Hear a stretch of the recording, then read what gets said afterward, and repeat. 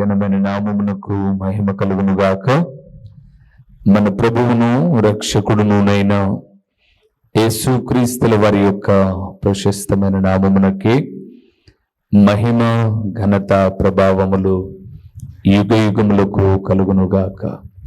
సర్వాధికారి అయిన దేవుడు ఆయన గొప్ప కనికరమును బట్టి మరొక శ్రేష్టమైన శుభదినములో దేవుని మాటలు మనము ధ్యానము చేయుటకు ప్రభువు మనకిచ్చిన ఈ గొప్ప సదవకాశం కొరకై దేవాది దేవునికి మనము ఎంతగానో కృతజ్ఞతాస్తుతులు చెల్లించవలసిన వారుగా ఉన్నాం.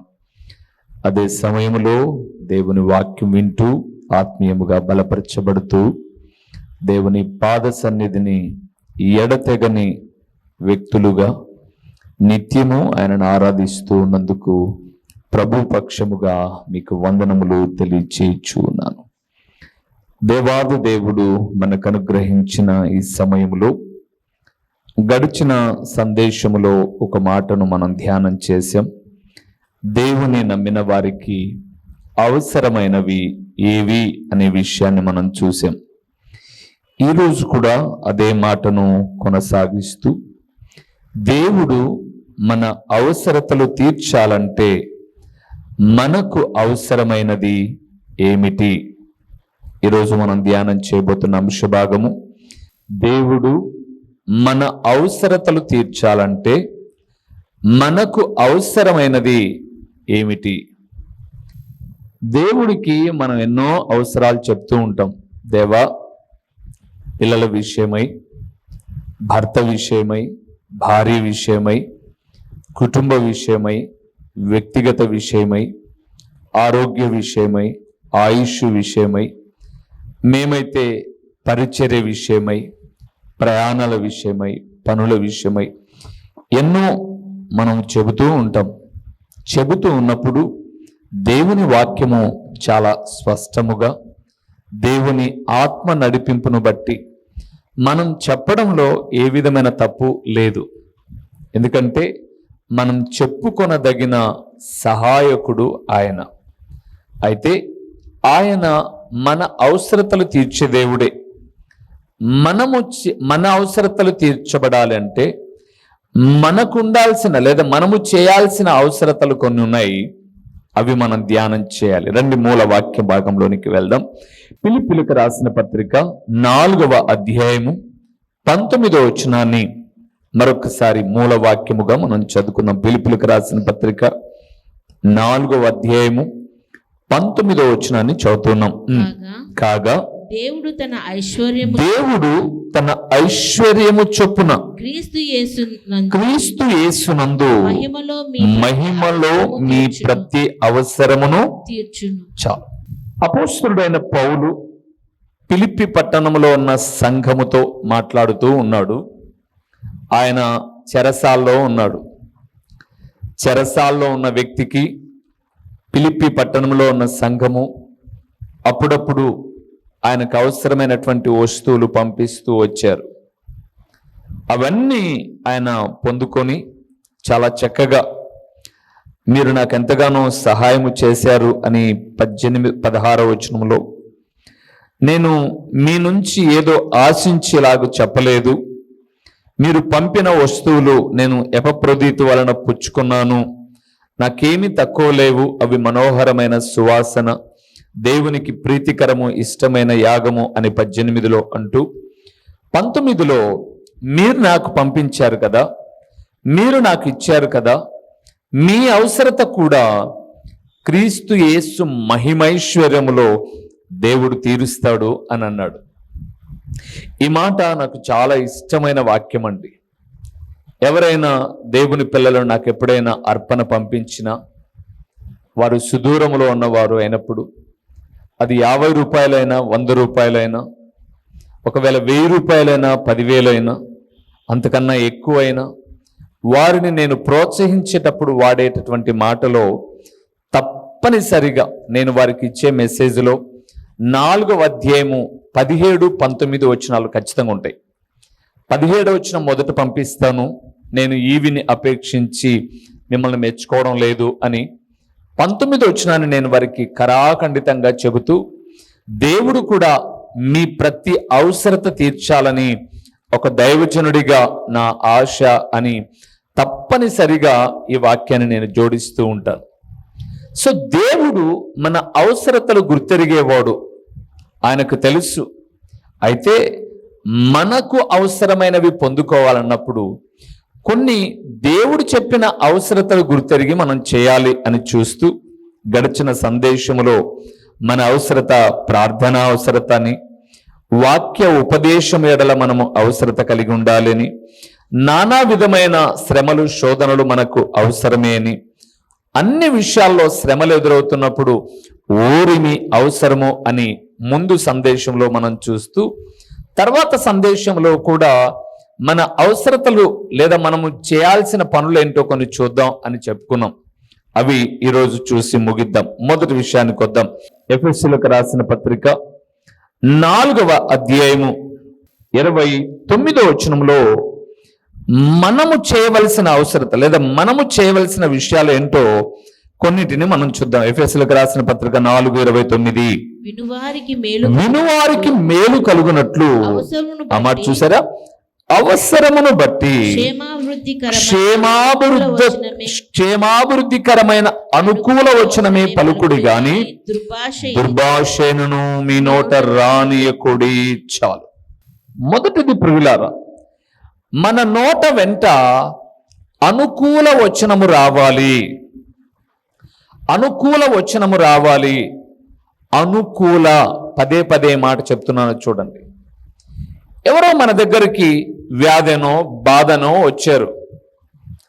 ఆ పరిస్థితులలో ఆల్రెడీ వాళ్ళకున్న వ్యాధిని బట్టో బాధను బట్టో బాధలోనే ఉన్నారు వాళ్ళు.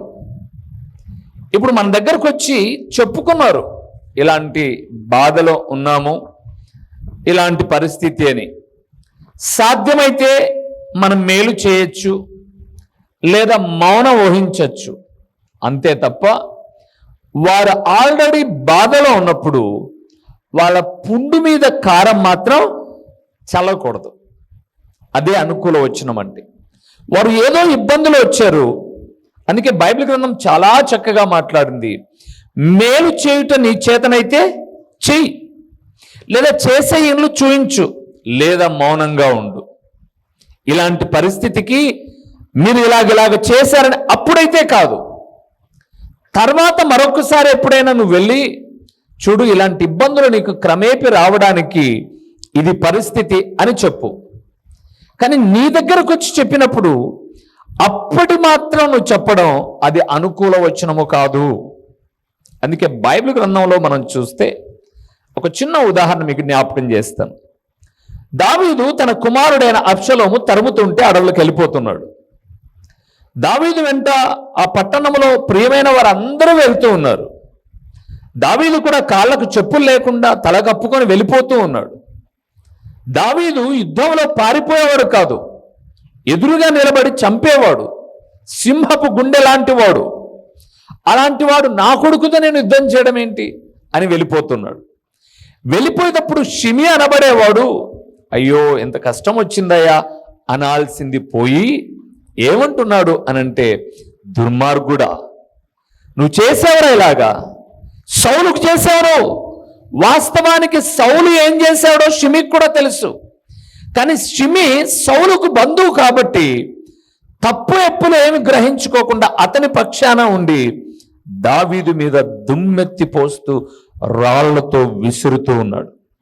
అక్కడ దాకా చూస్తే యోవాబు అన్నాడు, వెనక ఉన్నటువంటి సైన్యం అన్నారు, నువ్వు మాట చెప్పు అని తలకాయ తీసుకొచ్చి నీ కాళ్ళ దగ్గర పెడతా ఉన్నారు. వద్దయ్యా, నా కొడుకే నాకు శత్రువు అయ్యాడు, వాడిని ఎందుకు అనడం, పద అని వెళ్ళిపోయాడు. అక్కడ దాకా దావీదు మంచోడు అనుకుందాం. దావీదు తిరిగి వచ్చాడు. తిరిగి వచ్చిన తర్వాత ఈ షిమి ఒక వినయాన్ని ప్రదర్శించి, అయ్యా తప్పైపోయింది అని పాదాల దగ్గరికి వచ్చాడు.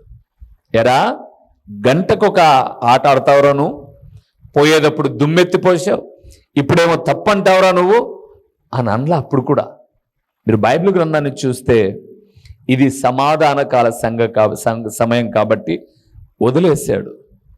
నేను జ్ఞాపకం చేస్తున్నాను, ఎదుటి వ్యక్తి బాధలో మన అవకాశాన్ని చరిపుచ్చుకొని నీకు జరగాల్సిందే అనేటటువంటి దృక్పథం అనుకూల వచనము కాదు. అందుకే అవసరమైంది ఏంటంటే ఎదుటి వ్యక్తి బాధను వ్యక్తం చేసినప్పుడు అప్పుడు కాదు, మరొక సమయం వస్తుంది. చూడు, ఇలాంటి పరిస్థితికి నీకు ఇది కారణం అని చెప్పు, కానీ బాధలో ఉన్నప్పుడు మరి ఎక్కువగా బాధ పెట్టడము, ఇబ్బంది పెట్టడము తగదు అనడానికి చెప్పాడు. మీ నోట ఏ వచనం ఉండాలి? అనుకూల వచనము. అనుకూల వచనము. రెండో విషయాన్ని చూద్దాం ప్రియులారా. మనకు అవసరమైనది ఏంటో చూద్దాం. కొరింథీయులకు రాసిన 2వ పత్రిక 9వ అధ్యాయము 5వ వచనాన్ని ఒకసారి మనం చూద్దామా? 5వ వచనాన్ని. కావున లోగడ ఇచ్చేదమని మీరు చెప్పిన ధర్మము పిసినితనముగా ఇయ్యక ధారాళముగా ఇయ్యవలనని చెప్పి సహోదరులు మీ యొద్దకు ముందుగా వచ్చి దానిని జమ చేయుటకై వారిని హెచ్చరించుట అవసరమని తలంచితిని. ఏంటి అవసరం అనంటే, హాస్పిటల్కు డబ్బులు ఇవ్వడం తెలుసురా బాబు నీకు? దేవుని పనికి కూడా నీ వంతుగా సహకరించాలి అని హెచ్చరించడం అవసరం, చాలా అవసరం. ఎప్పుడో ఒకసారి మనకు దొరుకుతుంది అవకాశం, ఖచ్చితంగా దొరుకుతుంది. అప్పుడు ఏం చెప్పాలి అనంటే, ఇదిగో నిన్ను దేవుడు ఎంతగానో దీవించాడు, నీ జీవితంలో ఎన్నో మేలులు చేశాడు, వాటి విషయమై నీవు పిసినితనంగా ఉన్నావు, నువ్వు లోభిగా ఉన్నావు, దేవుని పనిలో నువ్వు సహకరించుట అవసరము అని హెచ్చరించడం అవసరం. మీకు తెలుసా, మనమున్న స్థానిక సంఘములో ఉదాహరణకు ఒక 35 కుటుంబాలు ఉన్నాయి అనుకోవడం ఏంటి, ఉన్నది 35 కుటుంబాలే. చిన్నపిల్లలు, పెద్ద పిల్లలు, యవనస్తులు, తర్వాత వృద్ధులు, వీళ్ళందరినీ చూస్తే 35 కుటుంబాలలో అందరం కలిపి 123 మంది ఉన్నాం. అంటే రెగ్యులర్గా ఆరాధనకు రాకపోయినా, కనీసం ప్రతి వారం 3-4 ఆబ్సెంట్ అయినా, కనీసం 110 నుంచి 15 మంది చిన్నపిల్లలు మొదలుకొని పెద్దల వరకు మనం కూడుకుంటున్నాం, ఆరాధన చేస్తూ ఉన్నాం. అయితే మీరు గమనించండి, ఈ 110 మందిలో యవనస్తులు, చిన్నపిల్లలు వదిలేస్తే పెద్దవాళ్ళుగా భార్యాభర్తలుగా ఉన్నటువంటి కుటుంబాలకు 30 నుంచి 35 కుటుంబాలు ఉంటే, 35 కుటుంబాలలో దేవుని పనికి ధారాళంగా ఇచ్చే మనస్సు, పిసినితనంగా కాకుండా, అరే మేము కష్టపడటానికి శక్తినిచ్చాడు, ఆరోగ్యాన్నిచ్చాడు, ఆయుష్నిచ్చాడు, మేము మా పిల్లలు హాస్పిటల్ చుట్టూ తిరక్కోకుండా ఆరోగ్యంగా ఉన్నాం, ఇంత ఆరోగ్యం ఇచ్చిన దేవుని పాదాల చెంత నేను వింటున్న సువార్త 10 మందికి వినిపించడానికి నా వంతుగా ప్రతి నెల కనీసం కొంత అర్పణ ఇవ్వాలా అని హెచ్చరించుట ఏమైంది? అవసరమైంది. చాలా మంది బాధలు వచ్చినప్పుడు ఇంటి దగ్గరకు వచ్చి అయ్యో ఎంతో బాధలంతా వ్యక్తం చేస్తారు. నేను అంటాను, బాధలు వచ్చినప్పుడు నీకు అవసరతలు తీర్చడానికి సహాయం గుర్తుకొచ్చింది, కానీ నువ్వు బాగున్నప్పుడు దేవుని పరిచర్య గురించి ఎప్పుడు నీకు ఆలోచన రాలేదా? హెచ్చరించు. భర్తనైతే భార్య హెచ్చరించాలి, లేదా ఇరుగు వారిని పొరుగు హెచ్చరించాలి. విశ్వాసులు అనబడేటటువంటి వారుగా పిలువబడుతున్నప్పుడు మీరెందుకు ఇలా ఉండకూడదని ప్రక్కన వాళ్ళు హెచ్చరించాలి. మూడవది, నాలాంటి సేవకులు కూడా ఏం చేయాలి? హెచ్చరించాలి. హెచ్చరించుట అవసరం ప్రియులారా.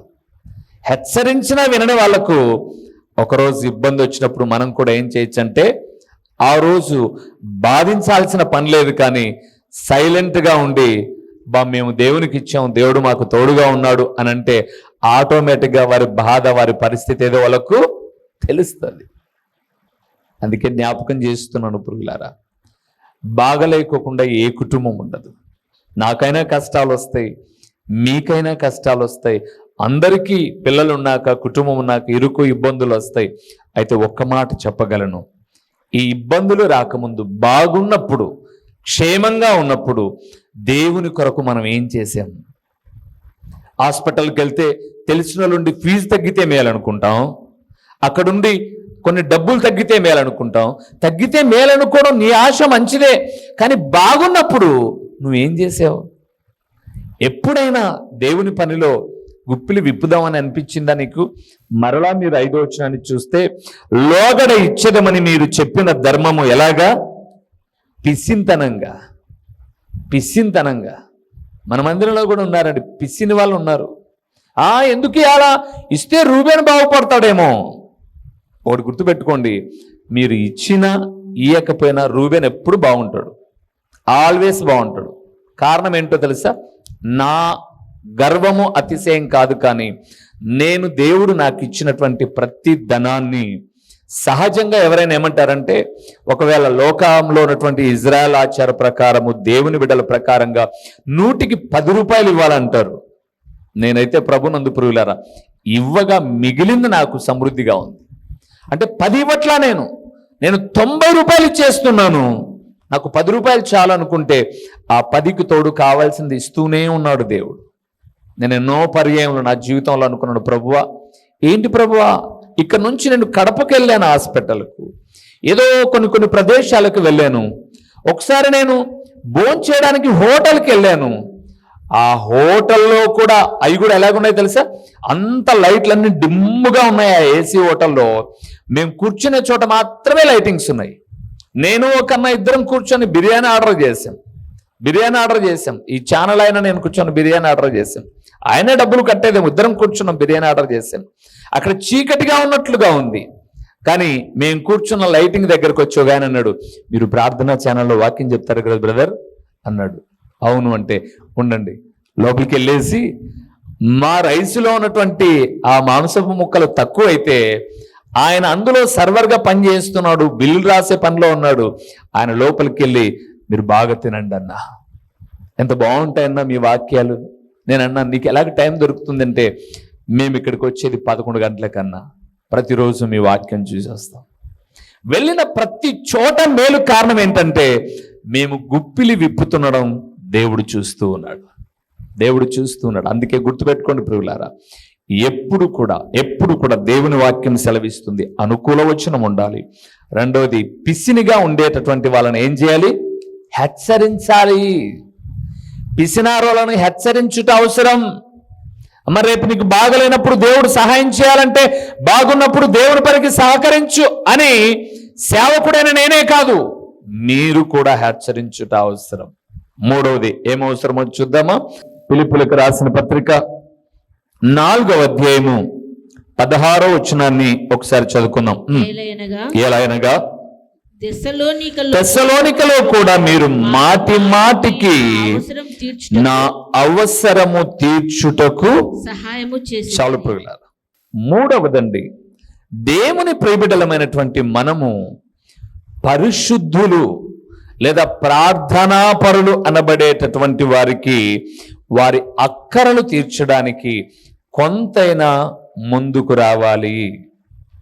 పరిశుద్ధుల అక్కరలు, పాపుల అక్కరలు కాదు, పరిశుద్ధుల అక్కరలు, ప్రార్థనా పరులు అనబడేటటువంటి వారి అక్కరలు తీర్చుటకు.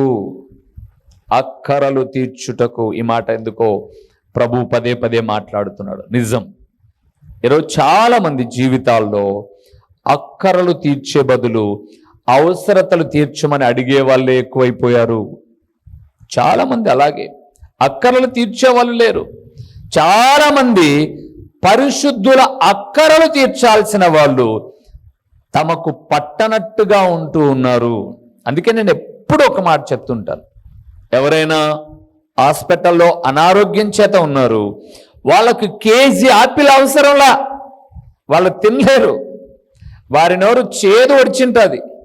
మీరు కేజీ తీసుకుపోతే ఆ పక్కనుండే వాళ్ళు తినాల్సింది, లేదా ఆ పక్కనుండే వాళ్ళు కూడా ఎదుటి వ్యక్తులను బాధ చూసి 2-3 రోజులు అయ్యేసరికి యాపిల్కు పుచ్చుపడుతుంది, అంతకు మించి ఏ ఉపయోగం ఉండదు.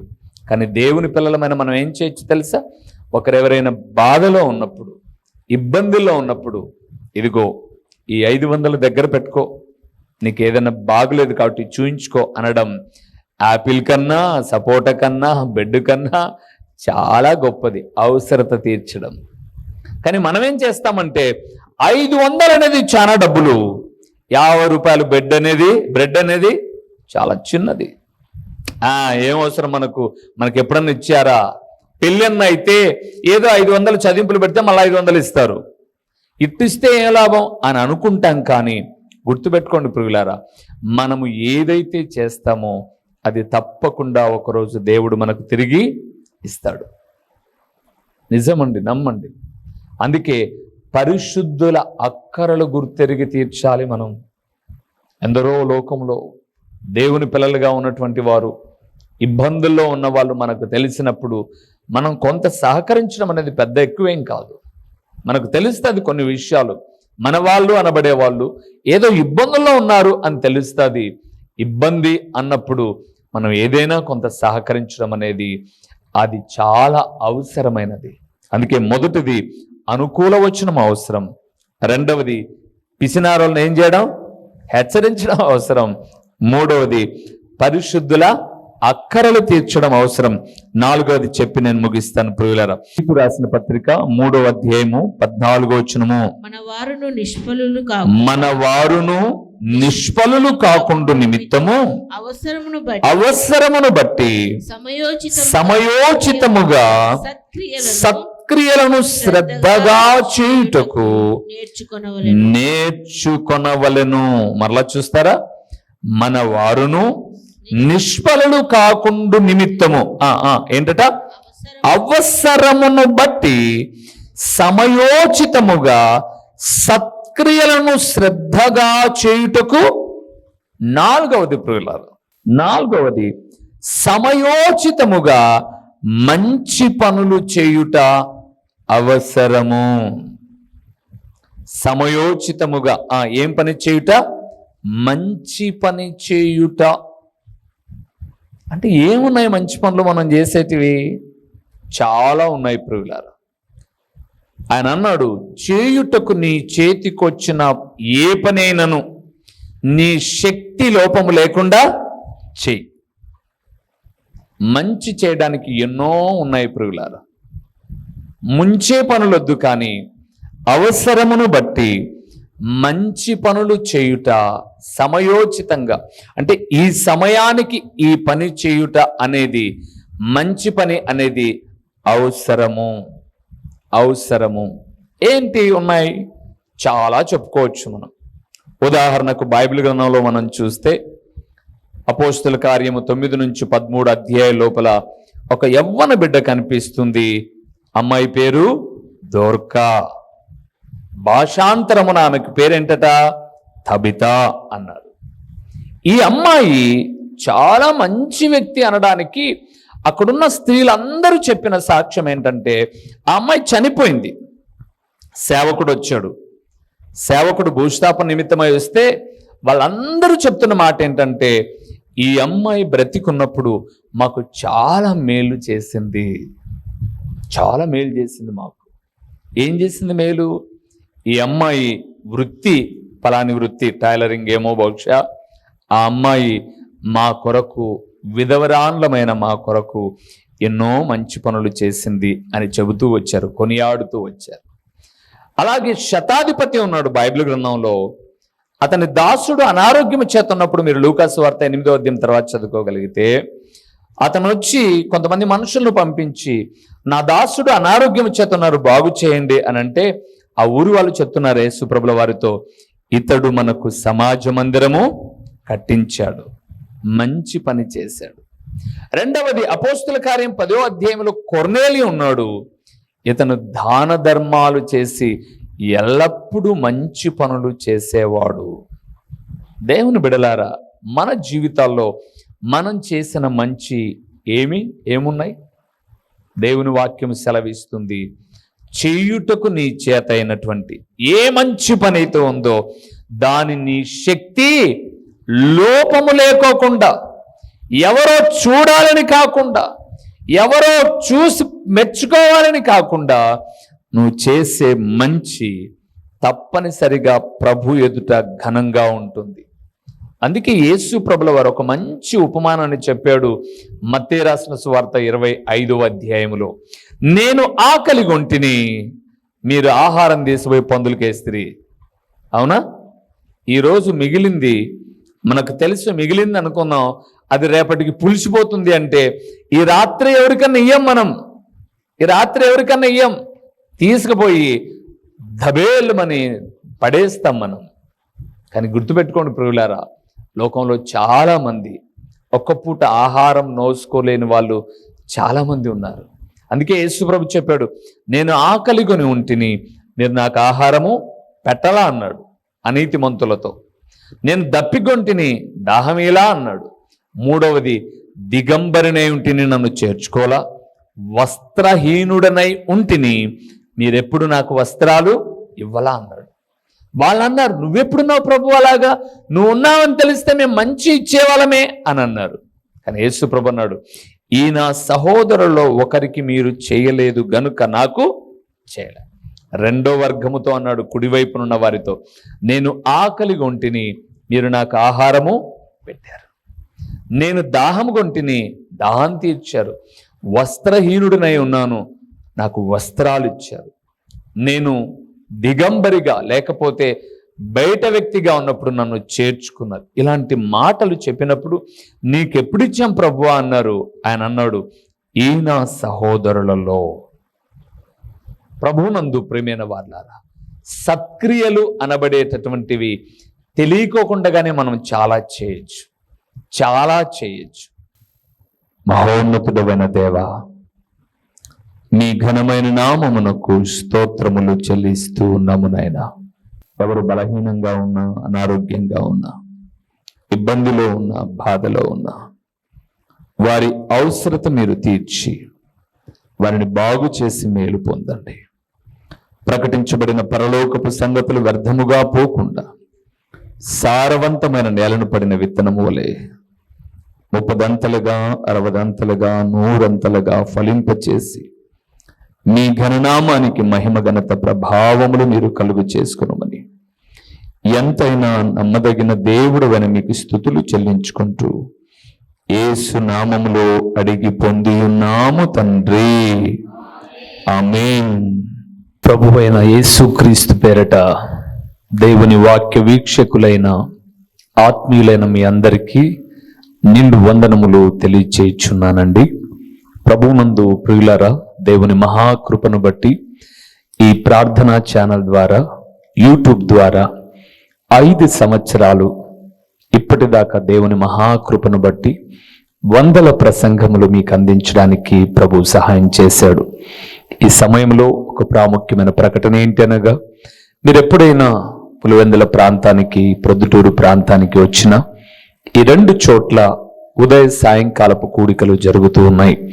పులివెందుల ప్రాంతంలో అయితే ప్రతి ఆదివారం ఉదయం 9 గంటల నుంచి 11 వరకు ప్రతి ఆదివారము ప్రభు బల్లారాధన ఉంటుంది. ప్రొద్దుటూరులో కూడా ఉదయకాలము 9 గంటల నుంచి 11 గంటల వరకు ప్రభు బల్లారాధన. తిరిగి ప్రొద్దుటూరులో సాయంకాలం 6:30 గంటల నుంచి 8:30 వరకు సాయంకాలపు సువార్త కూడికలో దేవుని సేవకుడినైన నేను వచ్చి దేవుని వాక్యాన్ని ప్రకటిస్తాను. మీరు ఒకవేళ ఈ ప్రాంతానికి ఎప్పుడైనా వచ్చినా, లేదా మీరు ఈ ప్రొద్దుటూరు పులివెందుల ప్రాంత వాసులైతే దేవుని వాక్యము మాత్రమే ప్రకటిస్తున్న అమూల్యమైన సందేశాలను వినుట కొరకు మిమ్మల్ని ప్రేమతో ఆహ్వానిస్తున్నాను. ఎందుకు మీరు ప్రొద్దుటూరు పరిసర ప్రాంతాలలో ఉన్నవారైతే సాయంకాలపు సువార్త కూడికకు సూపర్ బజార్ రోడ్డులో ఉన్నటువంటి క్రీస్తు ప్రార్థనా గృహానికి మీరు రాకూడదు. మిమ్మల్ని ప్రేమతో ఆహ్వానిస్తూ ఉన్నాను. రండి ప్రియులారా, మీరు నేను కలిసి దేవుని నామాన్ని కనపరుద్దాం. ఒకవేళ పులివెందుల ప్రాంతంలో ఉన్నట్లయితే ఇక్కడికి రండి, ఆ ప్రొద్దుటూరు ప్రాంతంలో ఉన్నైతే అక్కడికి రండి. లేదా మీరు ఈ రెండిటికి మేము దూరంగా ఉన్నాము అనంటే ప్రతిరోజు యూట్యూబ్లో ఒక సందేశం ఉంటుంది, వీక్షించండి, ఆత్మీయమైన మేలులు పొందండి. ప్రభు పేరట మీ అందరికీ నిండు శుభాభివందనములు.